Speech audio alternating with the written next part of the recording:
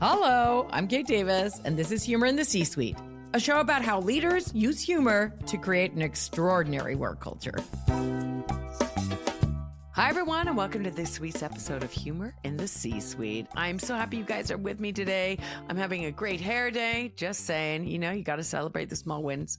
But today is really special because I've been getting so many questions on LinkedIn and people have been emailing me, asking me questions. So I thought I would take time this week to answer your questions.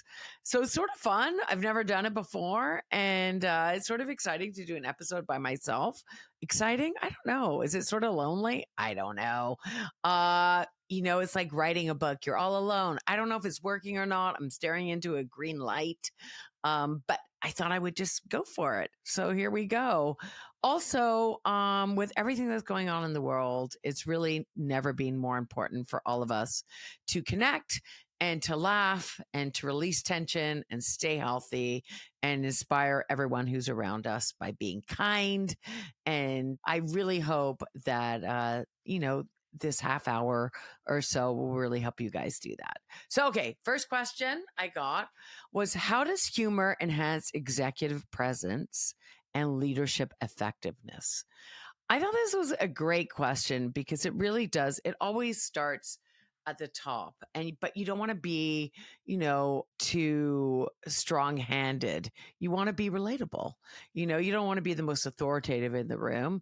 You want to inspire your team. So, number one thing that enhances executive presence and leadership effectiveness is definitely building connection. Humor really makes leaders more relatable and fosters trust. And I think that's one of the most important points. It really does, it just makes us feel more human and it lowers our defenses. So we really are able to say, oh, yeah, I can trust this guy or this woman or this executive if I'm having trouble or I have a question. Because so many times, you feel like you need to know everything. I personally am one of those people. I'm like, I don't know. There's certain power in saying, I don't know.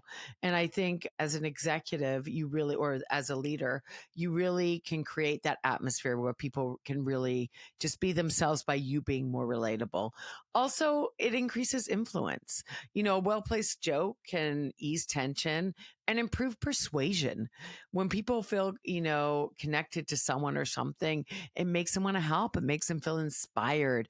It makes them want to create. So I think there's a lot there that can be, explored. And look, I know we have to be so politically correct, but a lot of times, just being yourself in those moments and we find what we're looking for. So look for the funny, look for the levity.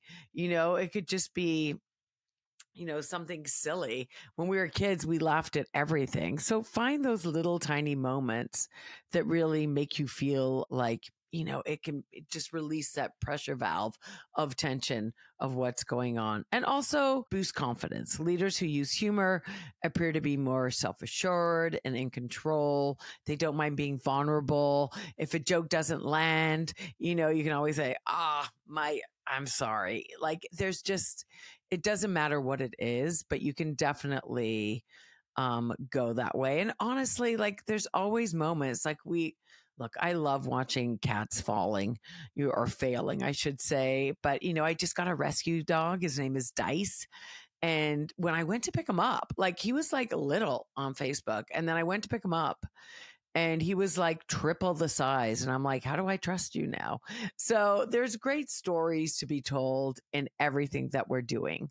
So find those little moments of levity, whether it's, talking about your pet or talking about, trying to find a parking spot or one of those moments that didn't go your way, but ended up being really funny. So I think, it really does show that you have more confidence and vulnerability and influence in what you're doing. So I think that was a really good question, actually.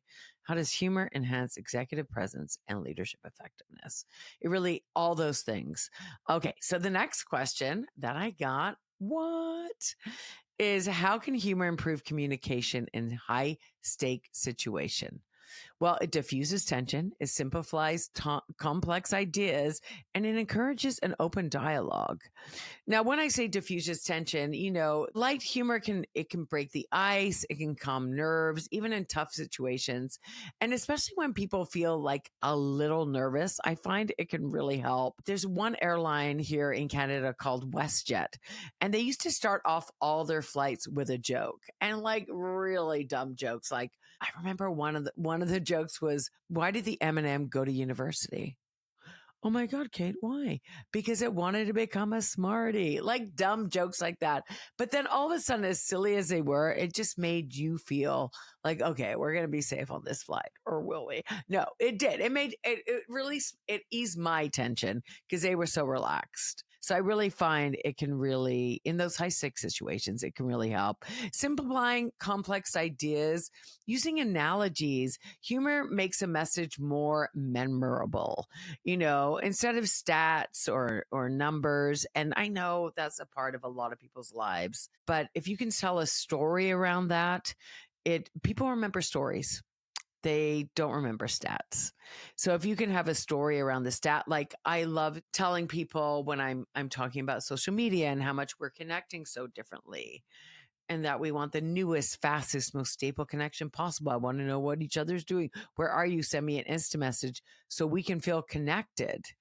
And then I say, did you know that there are 700 million tweets a day? Now, you might not remember that. But if you want that to resonate, I could say, if that doesn't resonate with you, that would be the entire Harry Potter series being published every 7 seconds. Now, that is something you're going to remember. So there are ways to, simplify a complex idea, but by telling stories and, analogies and messages, I find it can really, really help, just make the point, but really make people remember it. Humor really has the power to bring us to that moment. And it, you know what? And it can even encourage open dialogue, like I said. So employees may feel, more comfortable sharing ideas or concerns when we use humor to communicate in those high stakes situations.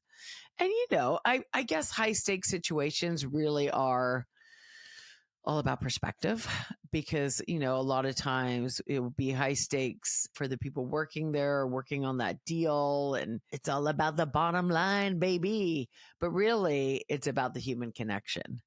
And if we're talking about high stakes and bottom lines and people really wanting to close that deal, if someone's telling me the same car, two car, dealers, who's going to make the sale? The guy with a sense of humor, the guy that really connected with me, who I felt like really got me. So I feel like, if your employees are feeling more comfortable sharing ideas and concerns, that they can come there with you, they're more likely to, improve their communication in those high stakes situations when we have a bit of levity in there. And levity really does lead to loyalty and great leadership. Look at me, all the L's, alliteration. Anyway, guys, you know what I'm saying. Am I talking a mile a minute? Oh my gosh. And you know what? Like, I have to say, I really love storytelling, and it really does make an impact. It's really going to set you apart. So find those, think about those little stories that you can tell. You can even Google this. ChatGPT, can you get me 3 stories that relate to, this kind of sale that we're working on right now? And maybe you can even ask it for a funny story or how someone used humor in those situations. So there's lots of information out there. Let's use it to our advantage. That's why we're all sharing it. Anyway, you guys knew that. Okay, next question. Bam, ba-da-da. I'm so excited, you guys. You know what? Because, so often you put out a podcast and you don't know if people are listening. You see the numbers, but the fact that people are really reaching out with questions and answers for me, I love that. Really does make me feel like, okay, it's resonating. And there's so much power, in being a leader and knowing that you can be yourself and be relatable to bring your team together. Humor really catalyzes that. It really does build relationships and connections and trust and lowers defenses and really and it helps build team unity. So, all right. Okay. I'll stop now. Okay. How does humor impact company culture and team morale? Ah, yes, team morale. Look, it increases engagement, it reduces stress, it fosters loyalty, like I just talked about, and it sparks creativity, which, I'm all about that. So, like when we talk about increasing engagement, like teams with fun, lighted environment perform better. They just do. And I find that if we have those fun, and I've said this on my podcast before, but I'm going to say it again. If we have fun and build our teams in the good times, when the hard times or the challenging times, or we have that high stakes situation happening, we work better. We really do. And there are great ways to bring fun in with your teams. To hook that up with a game where you have a prize and maybe it's donating that prize to a great charity, or the fastest team to fill, have like bags that can go to shelters or food banks and stuff. And then you could have like who's going to load up these bags the fastest and competitions like that. So there are really fun ways that you can bring your teams together to enhance that relationship in the good times so you perform better in the bad times. And laughter lowers cortisol levels and it keeps employees energized. When we feel connected to each other through laughter, it really does make us feel a part of the team, and it makes us feel like we have sort of like an inside joke together as a team. And we all have those relationships like from our early school days, grade 1, grade 2, and then you meet that person like 20 years later and you always feel like you have that relationship with them. That's because we had so much fun when we were little. Kids laugh over 300 times a day. Adults only laugh 15. Like, when did we leave Never Never Land? Laughter really is a buffer between stress and its toxic effect, and laughter makes us kinder to one another. So those bonds that we made when we were so young really have that influence, but it doesn't mean we can't create those bonds with our teams as leaders as we get older. So it really can, reduce stress and fosters loyalty, like I just said. And it really does create a sense of belonging, really does bring people together. If we really want to talk about company culture and team morale, why do we have that like one hockey coach that every kid wants to play for? What makes him different than all the other coaches? He makes people feel special. He makes people feel a part of something. He enhances that team morale through bringing everyone in. So, and you know what? Like a great leader will always, and with all the leaders that I interviewed, the one thing I noticed what makes a real great leader is they know how to delegate.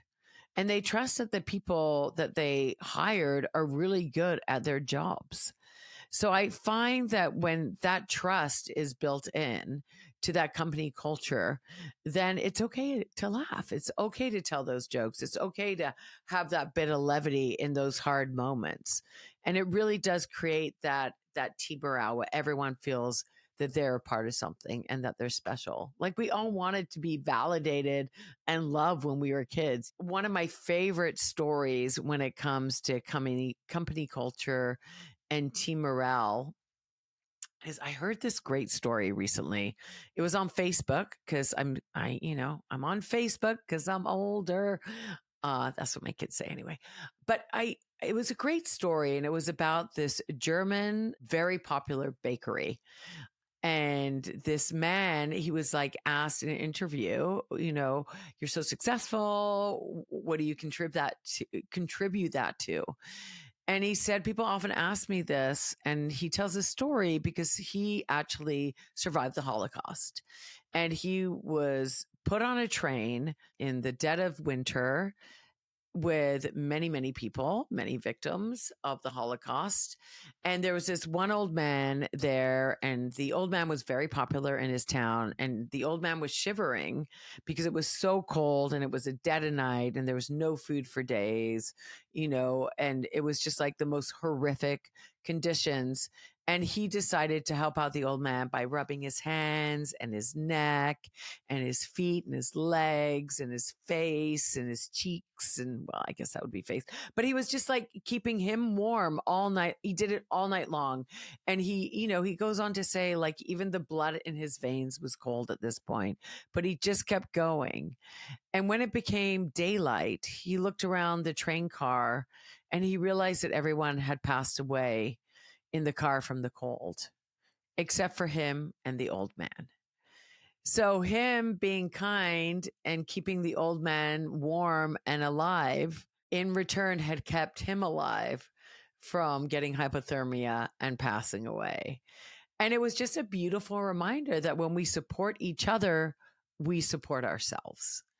And it really does have that energy about it where we really can, make that connection, that conviction to each other that we really are going to be there. So, company culture and team morale is really about supporting each other and lifting each other up, whether it's a smaller idea or a funny moment, and really engaging in those times. So, I don't know. It was just a story. It just really resonated with me and made me feel like, yeah, like it's great to really be a part of a team and a part, having that creative playfulness within that team and uplifting each other. Anyway, all right, guys.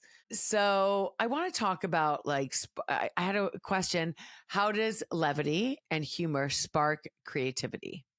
And I love this question because I'm such a creative. I really do come from a comedy background and I am super creative and I love those moments of creativity. But I always find if I'm super tense and like, and I'm not talking about just having a deadline because I actually work well with the pressure of, oh, I got to get this done. Because sometimes I'm so ADHD, I'm sort of all over the place. But if I have a deadline, I'm like, okay, it's got to be done by today. So I'm not talking about that, but I am talking about when we feel so stifled because of the pressure to get things right that we can't get anything right at all. And I really playful thinking opens a mind to unconventional solutions, So when we don't take ourselves so seriously, we can be more playful in discovering things that might, really lend to a different approach or a different way of looking at it or a different perspective. So I find it can be actually a really great tool to spark creativity. And I often find like if I have writer's block, I'll be like, okay, I have to write this chunk. I'll give myself like 2 minutes to write down any idea, like just not thinking about it, not just writing it down, giving my, at like a stop clock kind of thing. And I find when I get to those moments where I feel a little stuck, being a bit more playful that way really does help. And I've said in the podcast before, I believe it was from the book Humor Seriously, that they asked two groups, they did a study and they asked two groups in an advertising agency to come up with, one group to come up with, the best ideas they could think of. You have one night, come up with the best ideas, but they asked the other group to come up with the worst ideas. And the worst ideas didn't have that pressure. They didn't have that, that real big sort of weight on their shoulders. So they were more playful and they came up with the better ideas. So levity really can, or not taking our work seriously, but not taking ourselves too seriously, really can spark that creativity and make us more playful, which is where all great ideas are born. When we don't take ourselves so seriously, the truth is it allows us to take risks. It allows us to think differently, to communicate differently. And I've said this before, it makes us more receptive where all great ideas are born. It also encourages risk taking. A culture of humor makes it safe to experiment and fail, like I just said. And it breaks mental blocks. Laughter relaxes the brain. It makes it easier to generate ideas. So be more playful, have a little more fun. And especially as a leader, there's nothing like laughing, especially at yourself. You might come up with the worst idea and think, oh my gosh, like that is ridiculous. And then you might come up with like something, I came up with a title recently just called Mind Over Laughter. And I thought, yeah, that's really playful. It's a lot of fun, but it's because I was relaxed. And so often I have to say, like, if I go for a good walk or, I'm doing a little spin bike, I'm not that good at spin, but I do enjoy it because I just find I tend not to think about anything. Then my mind starts to wander. And then all of a sudden, these great premises or ideas come up. And I was like, this is why. So it really can, create or get rid of those mental blocks. And sometimes when I feel really stuck, let go. Like often I'll open with my closer, just to switch things up to get over that, those sort of mental blocks or we, a lot of times we have a mental block because there's so much pressure to get it right. We don't feel like we can be more playful and ourselves. So it really does relax the brain, as I just said, and it makes it easier to generate ideas. Okay, one more question. Hold on. How do I create a great vibe at work? A CEO was sick of showing up to Monday innovation meetings, and he said it felt like a tax audit. So how do you change your Mondays to, meetings or innovation meetings that feel like a tax audit to something a bit more, fun, not so dry and safe, and stuff like that? There's lots of ways to do it. And I don't want to talk about icebreakers. I find they can be a little bit like everyone's like sort of eye rolly. Although I do love a good game. I'm very competitive and I find it can be a lot of fun. But, a little game of rock, paper, scissors can go a long way. Who's getting the coffee today? Rock, paper, scissors. I don't know, guys. There's a lot to be said for being a bit more playful and all those things. And humor doesn't kill your credibility. It kicks the door open to innovation. You're not going to lose your sense of importance using humor. It's never going to happen. It definitely gives you that advantage of making, feeling like you're more confident and more authentic and relatable and all those things. Because laughter really is, it's not a break from work. It's how great work begins. Oh, I love that quote. Laughter is not a break from work. It's how great work begins because it relaxes the brain, like we just said, and a creative brain is what is going to break through. It's what's going to make you different than your competition. There's also, do you guys remember there's so much power and humor in terms of advertising as well. So really, if you want to make that difference with your client, if everyone's selling, let's say, cybersecurity or cars, what's going to set you apart in those situations? There's a great Volkswagen. I don't know if you guys remember it. I'm going to try and find the link to put it in, but it was an advertisement where this older woman and this young man pull up to a traffic light, right? And she sees her husband coming from behind and she lowers the seat of the young man. And then the husband pulls up and they wave to each other.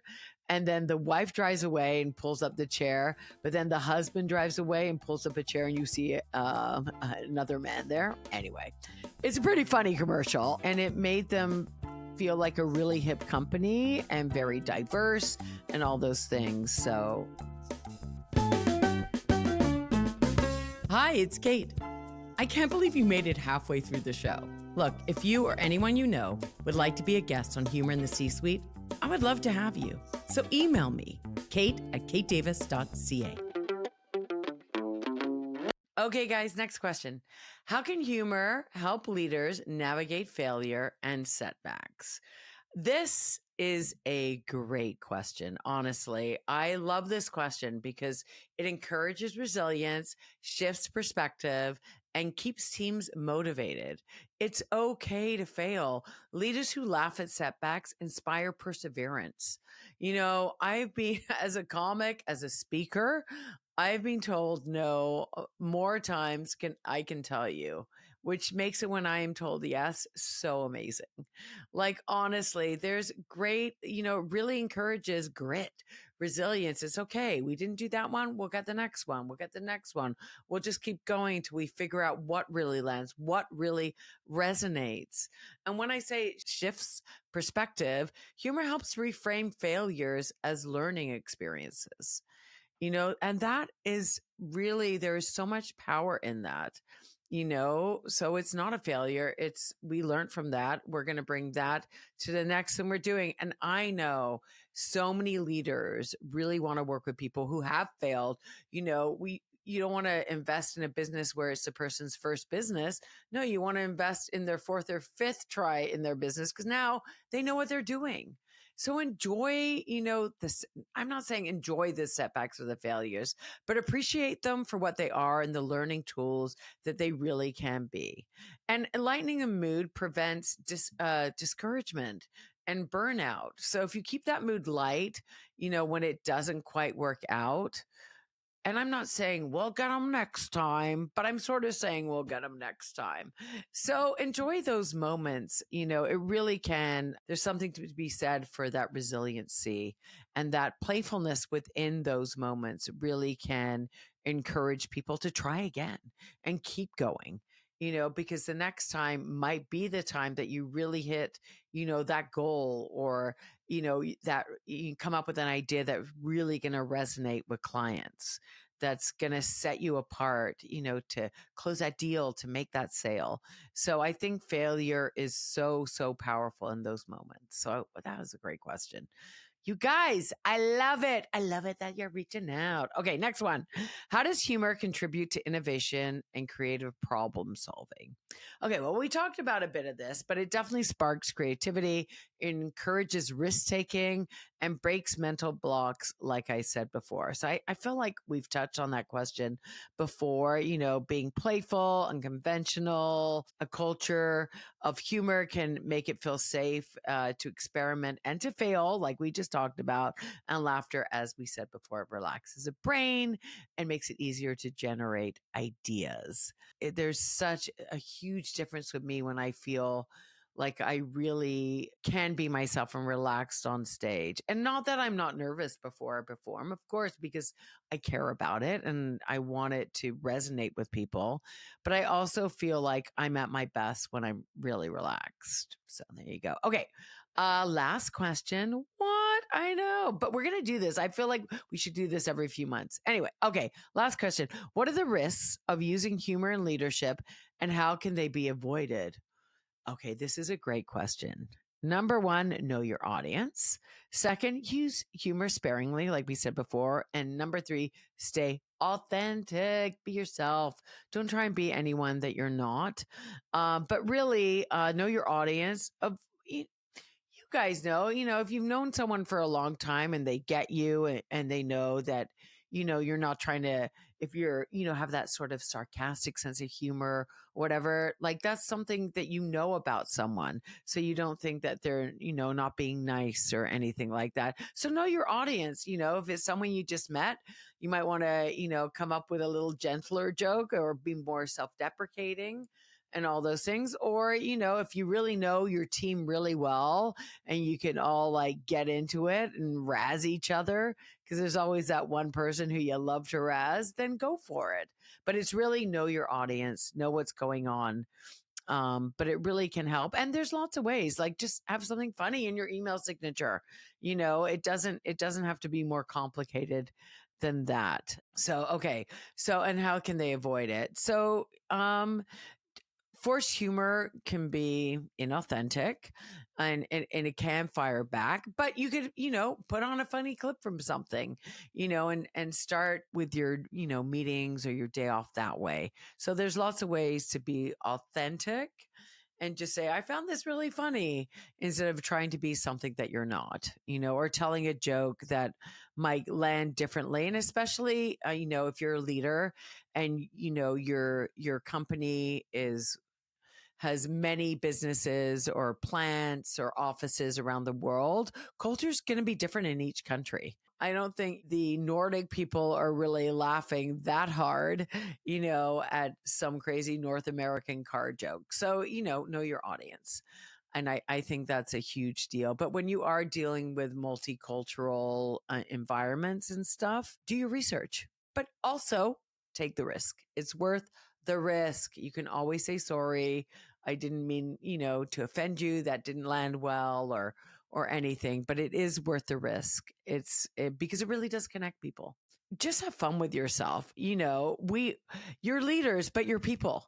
You're going to get out of bed. You might trip over your slippers. You might spill, that coffee or donut or breakfast on yourself. It's okay. You're allowed to.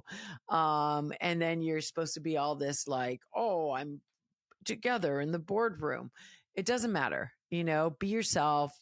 I always put my jacket on backwards when I'm eating before I get, because I always spill stuff on me.